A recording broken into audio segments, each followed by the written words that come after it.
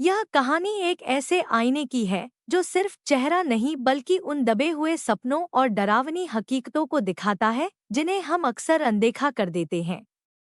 इस कहानी का नाम है आईने का दूसरा चेहरा। आर्यन एक बहुत ही साधारण लड़का था। वह एक पुरानी हवेली में शिफ्ट हुआ था।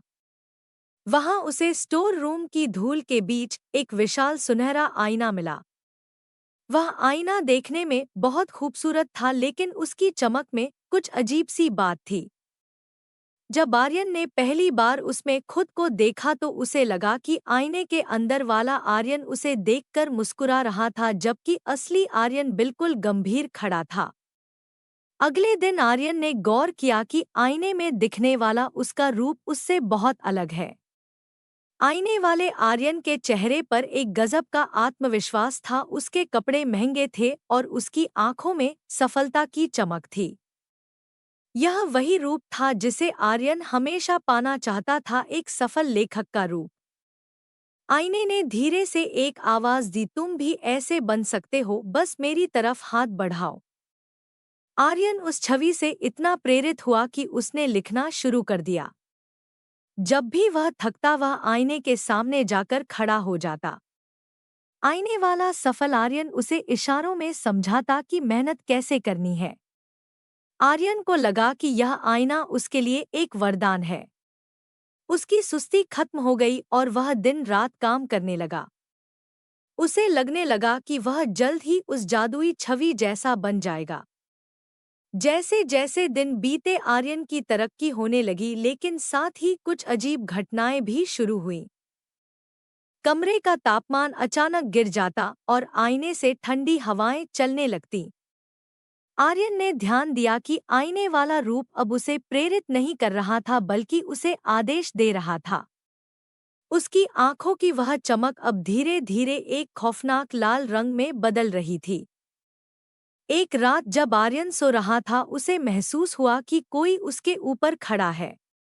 उसने आंखें खोली तो देखा कि आईने वाला सफल आर्यन आईने से बाहर आधा निकल चुका था। उसका शरीर धुएं जैसा काला था और चेहरा बिल्कुल मांसहीन। वह आर्यन के कान में फुसफुसाया, अगर तुम्हें मेरी जैसी सफलता चाहिए तो तुम्हें अपनी आत्मा का एक हिस्सा मुझे देना होगा। आर्यन डर के मारे कांपने लगा। उसने भागने की कोशिश की, लेकिन कमरे के दरवाजे खुद ब खुद बंद हो गए। आईने वाली परछाई ने उसे दीवार से सटा दिया। तुमने ही तो चाहा था कि तुम मेरे जैसे बनो। अब जब मैं तुम्हें वो सब दे रहा हूँ तो डर क्यों रहे हो? परछाई की हंसी पूरे कमरे में गूंज उठी, जो किसी इंसान की नहीं बल्कि किसी शैतान की लग रही थी। अगले कुछ हफ्तों में आर्यन बहुत मशहूर हो गया। उसकी किताबें बेस्ट सेलर बन गईं। लेकिन आर्यन अब आईने का गुलाम बन चुका था। वह दिन भर कमरे में बंद रहता। उसकी त्वचा पीली पड़ने लगी और उसे खून की गंध अच्छी लगने लगी। उसे समझ आया कि आईना उसे वो नहीं बना रहा जो वह बन सकता था, बल्कि वह आर्यन की ऊर्जा सोखकर खुद जीवित हो रहा था। एक शाम आर्यन ने हिम्मत जुटाकर आईने के पीछे देखा। वहां उसे अपनी ही तरह के कई और लोग दिखे जो आईने के अंदर फंसे हुए थे। वे सब वही लोग थे जिन्होंने कभी बड़े सपने देखे थे, लेकिन आईने के लालच में अपनी जान गंवा बैठे थे। आईने के अंदर एक पूरी दुनिया थी जो सड़ रही थी और जहां सिर्फ चीखें सुनाई देती थी। आर्यन को समझ आ गया कि अगर उसने आज कुछ नहीं किया तो वह हमेशा के लिए इस कांच की जेल में कैद हो जाएगा। उसने पास रखा एक भारी लैंप उठाया। आईने वाली परछाई चिल्लाई, रुक जाओ, अगर मुझे तोड़ा तो तुम्हारी सारी सफलता, सारा नाम एक पल में खत्म हो जाएगा। तुम फिर से वही मामूली इंसान बन जाओगे। आर्यन मुस्कुराया और बोला, एक मामूली इंसान होना उस शैतान से बेहतर है जो दूसरों की खुशियां चुराता है।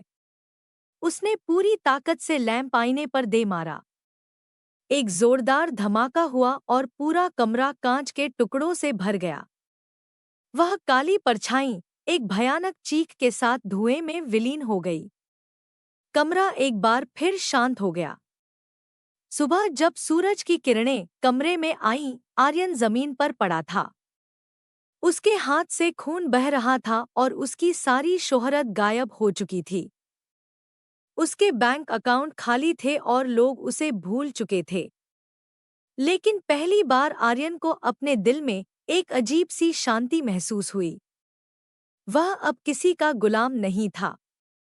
आर्यन ने समझ लिया था कि मेहनत का कोई शॉर्टकट नहीं होता। जो प्रेरणा हमें डराकर या लालच देकर आगे बढ़ाती है, वह असल में प्रेरणा नहीं बल्कि एक जाल है। उसने फिर से अपनी पुरानी कलम उठाई और इस बार किसी जादुई आईने के लिए नहीं, बल्कि खुद के लिए लिखना शुरू किया। असली बदलाव आईने में नहीं, हमारे भीतर होता है।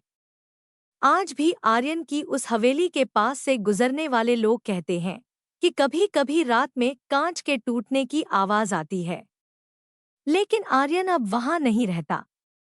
वह अपनी सादगी में खुश है। यह कहानी हमें सिखाती है कि अपने सपनों के पीछे भागना अच्छी बात है, लेकिन उन सपनों को अपनी पहचान और आत्मा मत छीनने दो।